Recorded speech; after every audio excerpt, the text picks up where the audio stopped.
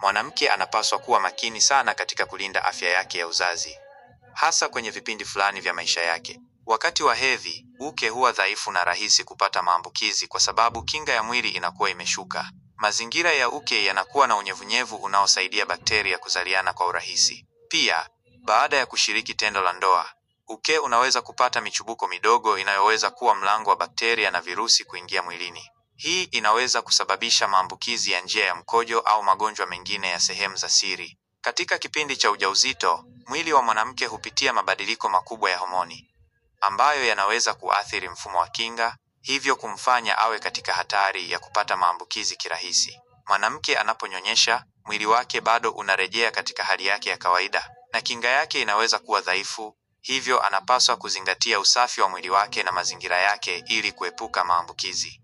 Vipindi hivi vinahitaji tahadhari zaidi kwa kuwa tafiti zimeonyesha kuwa wanawake wengi hupata maambukizi ya sehemu za uzazi katika nyakati hizo.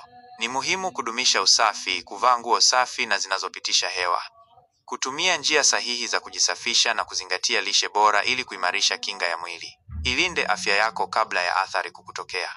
Ni mimi Abdulatif Wellness, Health Consultant. Kwa changamoto zote za afya ya uzazi, nipo kukusikiliza. Usikate tamaa. Afya yako ni msingi wa furaha yako. Usisahau kunifollow ili kujifunza vingi zaidi na kulike, kucomment na kushare na wengine wajifunze. Asante.